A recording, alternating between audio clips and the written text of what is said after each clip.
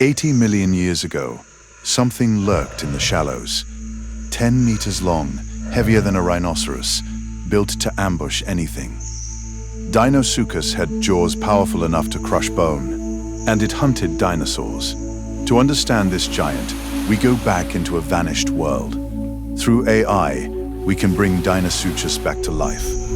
A continent divided by a vast inland sea. Dinosaurs ruled the land, or so they thought. Fossils found across Texas, Montana, and Utah show Deinosuchus was widespread and successful. Fossils only tell part of the story. What made Deinosuchus the apex predator of its time? Deinosuchus was not always a giant. It began small, unremarkable, lost among countless Cretaceous creatures. Over millions of years, its lineage grew, slowly, relentlessly, into something the world had never seen. Deinosuchus grew continuously throughout its life. For decades, accumulating mass no rival could match. Bone analysis reveals growth rings, like tree rings, etched into fossil specimens. Each ring marks 1 year of growth. Some individuals lived beyond 35 years.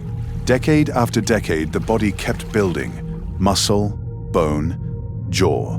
Those jaws were the key, wider than any crocodilian alive today, designed to grip and crush.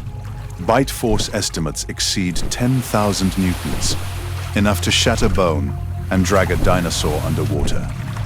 Deinosuchus combined armor, mass, and devastating bite into one perfectly engineered ambush predator. But how did such a creature evolve? What ancient lineage shaped this monster? The answer lies deep in crocodilian prehistory, in ecosystems far older and stranger than any yet explored. 75 million years ago, a vast inland sea split North America in two. On its shores, giants ruled. This was Appalachia, the eastern landmass. Warm, humid, laced with rivers and swamps, a world built for ambush. Crocodilians had already spent over 100 million years perfecting the art of patient, devastating ambush. But crocodilians were not alone. Dinosaurs ruled the land above the waterline and came to the water's edge. Every visit to the water was a calculated risk. The land-river boundary was the most dangerous place on Earth. Into this world, Deinosuchus ancestors emerged, inheriting an ancient strategy, but pushing it far beyond anything before.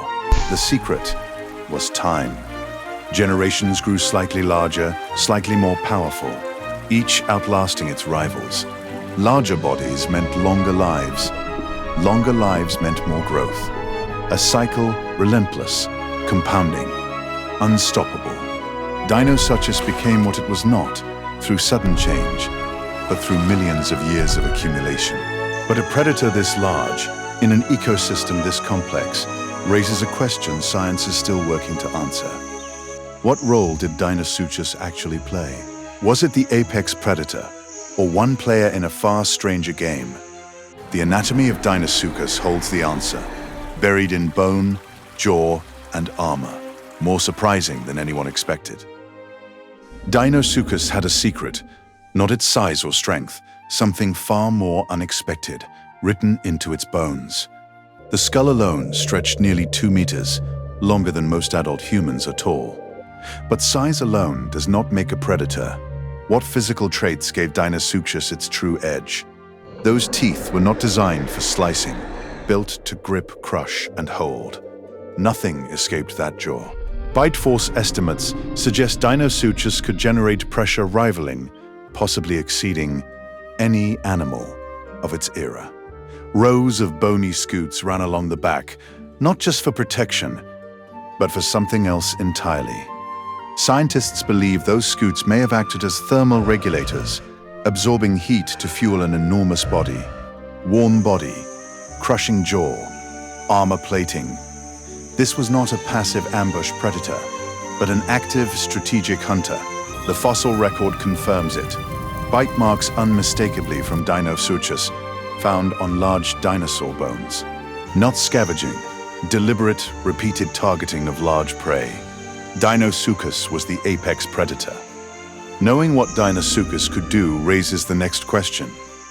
How did it actually bring down a dinosaur? Late Cretaceous, a river delta vast and steaming. The waterline is perfectly still. Nothing moves. Beneath the surface, enormous patient. A shape that has not moved in hours. On the bank, a hadrosaur. Thirsty, unaware of what waits below. The hadrosaur steps closer. 1 foot enters the shallows. A fatal miscalculation. Below, those eyes shift, lock on. The ambush begins. Explosion. The water erupts. 11 meters of muscle launches from the shallows. Those jaws close, not to slice, but to grip, anchor, and drag. The hadrosaur pulls. 11 tons of crocodilian pulls back harder. The death roll, a technique unchanged across hundreds of millions of years. Modern crocodilians use the same technique. The physics, brutally effective. The hadrosaur is pulled under. The river swallows it whole. Silence returns. The river gives nothing back. This was not rare. Fossil evidence shows repeated attacks across multiple dinosaur species. Deinosuchus owned the water's edge. Every dinosaur that drank took a risk. But Deinosuchus was not invincible. Something else shared this world, something that also hunted large prey. 2 apex predators. 1 ecosystem, what happened when their territories overlapped. Survival in the late Cretaceous demanded something rarer than strength. Awareness. Constant, exhausting awareness. Every dinosaur that drank risked everything. But not every dinosaur drank alone. There was safety, if you earned it. Group drinking, rotating sentinels. Some individuals watched while others fed. A defense born from repeated, catastrophic loss. Deinosuchus had an answer. It didn't need prey to come close. It only needed them to come. Hours, sometimes longer. Deinosuchus could suppress every visible sign of life. No ripple, no breath, no movement. Modern crocodiles show the same patience. Studies show Nile crocodiles remain submerged and motionless for up to 2 hours. The ambush strategy was not improvised, refined across millions of years into something close to perfect. How did any dinosaur survive? The answer lies not in speed or armor, but in reading the water itself. A displaced ripple, a subtle pressure wave. Prey species may have learned to detect what human eyes would never see. Some hadrosaurs may have drunk upstream, away from still pools where ambush was easiest. Behavior shaped by terror. Fast water was safer. Deinosuchus needed stillness. The ambush required a surface that concealed everything. Survival was possible, but never guaranteed. Every generation of prey learned the same brutal lesson, or didn't. The question haunts every fossil site. We know what Deinosuchus left behind. What about what it didn't? Fossils only show encounters that ended badly. The survivors left nothing. Their escapes are invisible to science. How do we reconstruct a predator we can barely see? The Deinosuchus fossil record remains frustratingly incomplete. A single tooth. That's often all that remains. Yet, from fragments like these, scientists have reconstructed a giant. What can fossils truly reveal about how Deinosuchus lived, hunted, and dominated an entire ecosystem? The Deinosuchus fossil record spans the American southeast and west, 2 populations separated by an ancient inland sea. 2 populations, possibly 2 species. The eastern form may have been larger, heavier, more powerfully built. Bite marks etched into hadrosaur bone tell the most visceral story. Deinosuchus didn't just encounter dinosaurs, it consumed them. Those marks weren't random. The bite angles suggest Deinosuchus gripped, twisted, and dragged prey toward deeper water. Growth rings inside fossilized bones reveal something extraordinary. Deinosuchus grew slowly, decades to reach full size. This answered something crucial. Dinosaurs weren't facing a fixed threat. They faced a predator that kept growing. For years, hadrosaur herds that survived one encounter faced a larger animal the following season. The threat escalated across generations. The fossil record shows hadrosaurs persisted. They adapted. Their collective vigilance, their upstream drinking, it worked, sometimes. But fossils raise a question science hasn't answered. Deinosuchus vanished roughly 75 million years ago, before the Great Extinction. It didn't fall with the dinosaurs. It disappeared earlier. Why? What ended the reign of the largest crocodilian that ever lived? 75 million years ago, something silenced the largest crocodilian that ever lived. Not an asteroid, not a mass extinction. Deinosuchus vanished before its prey.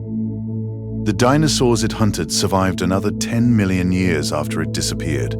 That contradiction haunts every scientist who studies this animal. What could erase a predator that dominant? One theory points to the sea.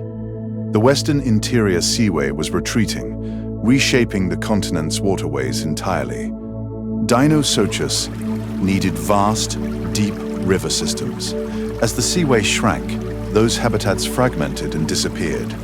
A creature that took decades to mature couldn't adapt quickly. Slow growth became a fatal vulnerability.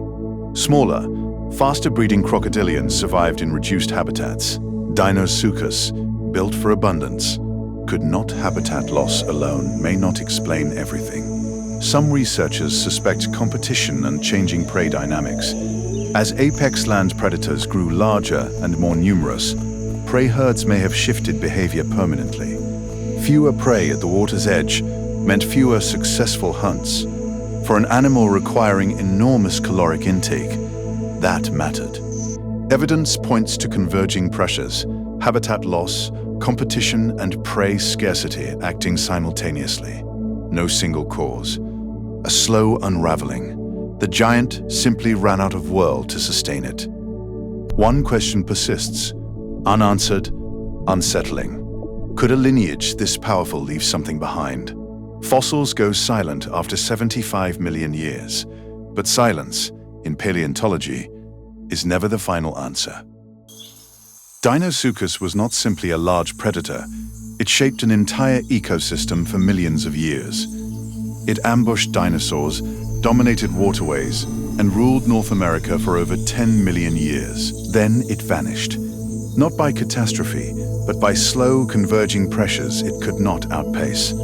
Its story matters today.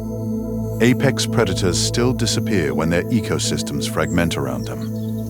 Deinosuchus is a mirror. What erased the greatest predator of its age echoes in threats we recognize now.